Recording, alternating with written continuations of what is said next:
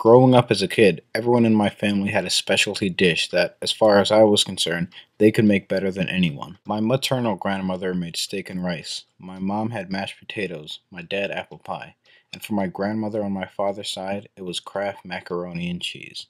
My grandmother's mac and cheese was always to die for, and there was never a time when I wasn't in the mood for it.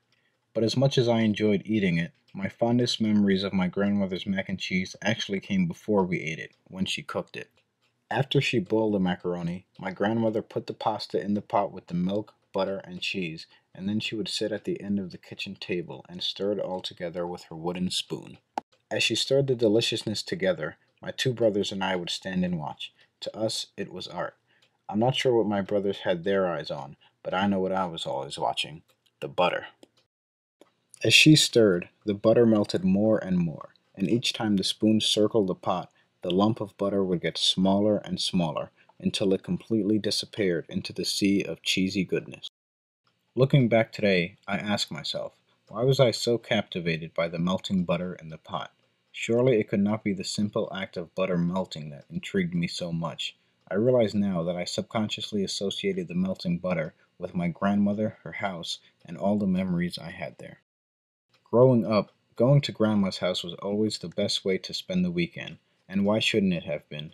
My grandma's house was big, much bigger than anywhere we lived in Brooklyn. She had cable TV, a concept always foreign to the television in our living room. But above all, my grandma's house had Bailey. Like every little kid, I always wanted a dog growing up, but my mother is allergic, so the closest we ever came to having a dog was watching Clifford.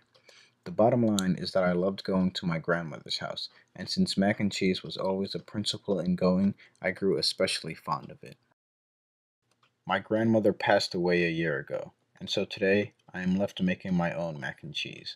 And every time I make it, when I put the macaroni in the pot with the butter, milk, and cheese, I still watch the butter melt, just as I did 10 years ago. Watching it reminds me of my grandmother and the good old days of childhood. And while those days are gone forever, my memories of them will last forever.